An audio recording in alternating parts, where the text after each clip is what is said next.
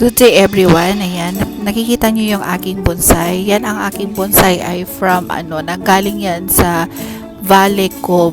Yan, yung pinagalingan sa may photos dyan. Kung napapansin ninyo, parang dry na yung stone niya, yung bato niya. Ayan. Yung mga lumalabas na photos dyan ay sa Valley Cove dyan. Kung makita nyo yan, actual ito yung pinapakita ko sa inyo na bonsai ko. Ang ganda kaya.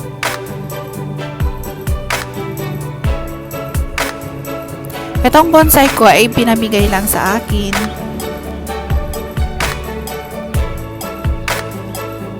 Ayan, maraming salamat sa nagbigay sa akin. Shout out kay Angel Manding. Salamat sa pagbigay sa akin, Ading.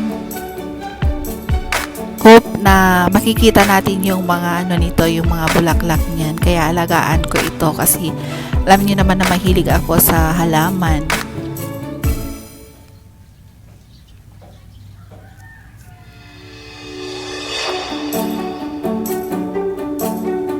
Ayan, paikot-ikot natin para makita nyo yung bato. Ayan, kapit na kasi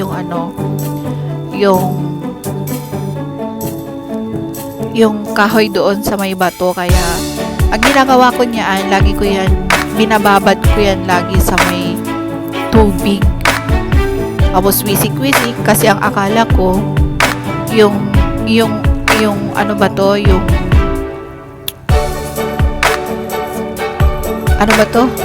yung sanga-sanga niya, akala ko is mamamatay na kasi tinatanggal-tanggalan ko na kasi nagblablock na siya.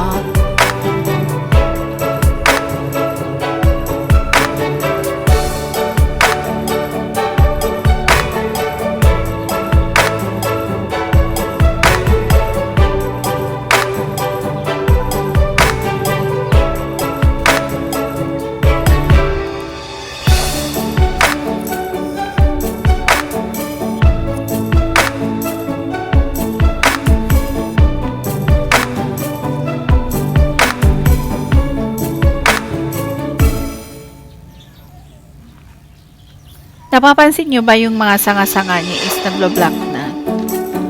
Pero nun kayo, hindi yan namatay. Buhay na buhay yan.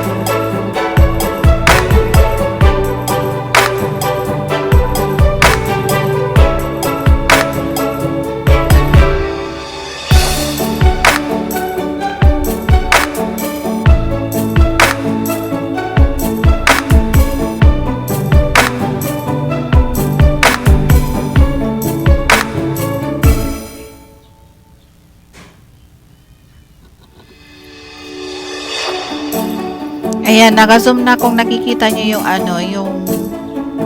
yung green dyan na dahon-dahon na maliliit. Diyan ko napansin na nabuhay na pala ang aking bonsai.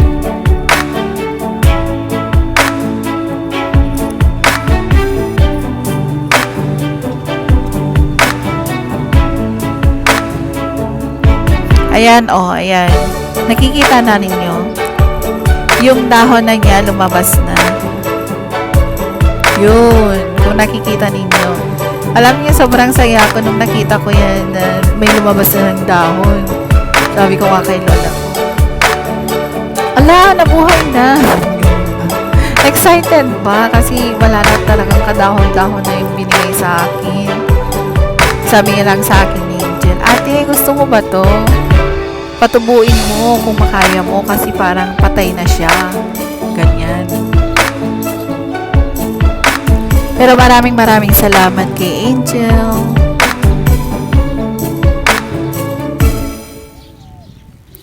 Ayun nakikita ninyo, marami na siyang dahong lumalabas.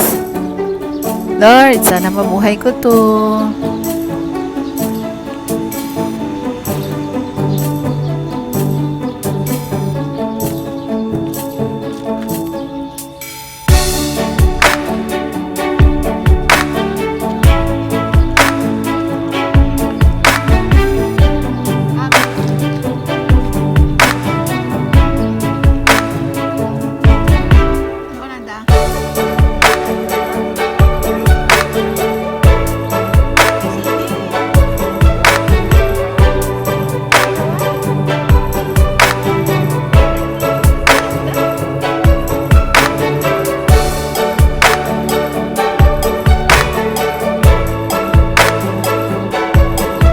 Nakikita niyo yung lumalabas dyan na photos. Ano yan?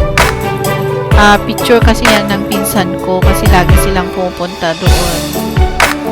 Yung taga LGU dito sa amin sa Bagao. Pero sana naman kung makita niyo to, tangkilikin ninyo, pwede naman kayong pupunta dito sa aming lugar.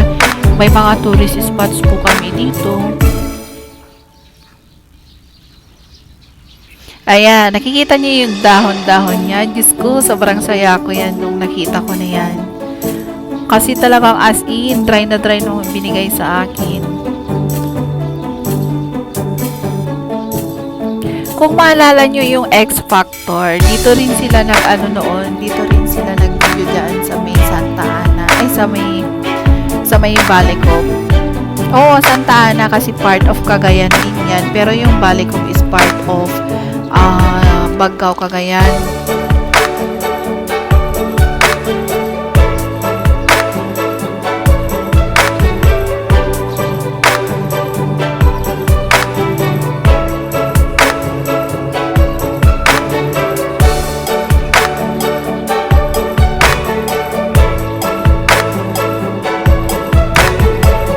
Mas maganda ito kung makikita nyo sa actual. Ang ganda ng pagkakuan niya, kapit niya dun sa bato. Ayan naka-zoom, nakikita ninyo.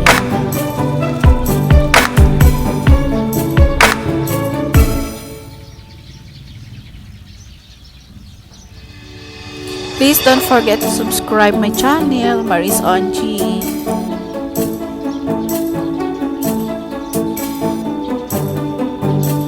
Yan yung mga dahon.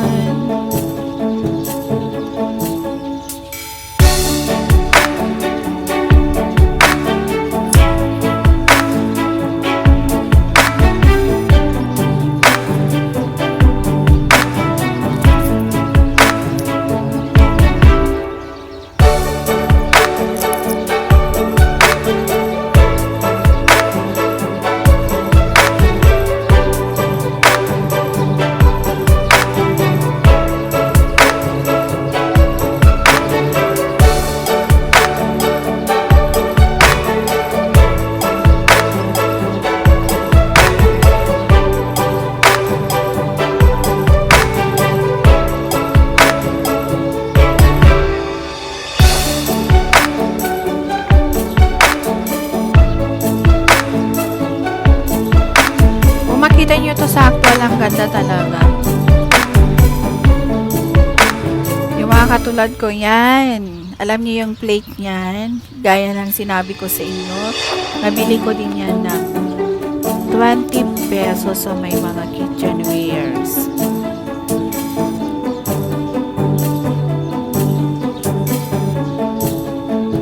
Bihira kasi ako bumibili ng mga paso. Sobrang mahal na kaysa yung tinitignan mo sa mga kitchenwares kung pwede nilang ibigay sa inyo ng mga mura-mura. Bakit hindi mo na lang bilhin yun, di ba? Ganyan ang ginagawa ko, sinosok ko yan sa may tubig. Tapos wisik-wisik para at least yung ugat niya doon sa loob ng bato mas makukuha. Talagang old na siya, makikita mo naman, di ba?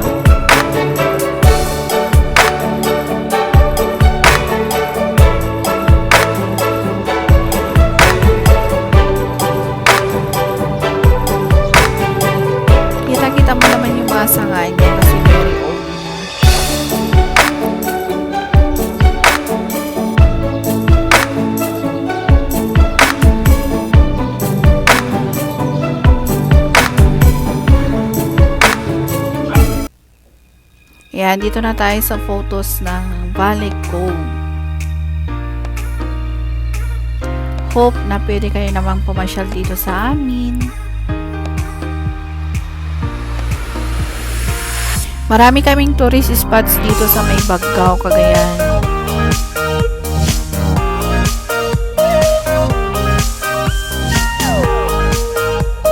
Meron din kaming Blue Water, meron din kaming Hot Spring, Lubaki, Canyon Lipit. Yung sinasabi nilang canyon, canyon is falls din yun. Meron din kaming 7-step falls.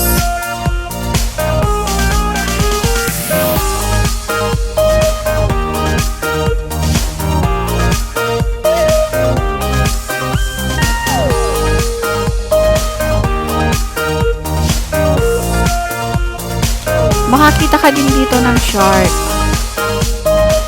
Kasi dito kasi sa Valley Cove is wala pang gaanong katao-tao dito eh. Kasi malayo ito sa ano ba to? Kabihasnan. Kabihasnan talaga. Hindi malayo talaga kasi ito sa may syudad. Pero virgin pa lang siya, virgin. Pero isla. Ang ganda kaya nito. Dito nagtuturo yung uncle ng pinsan ko.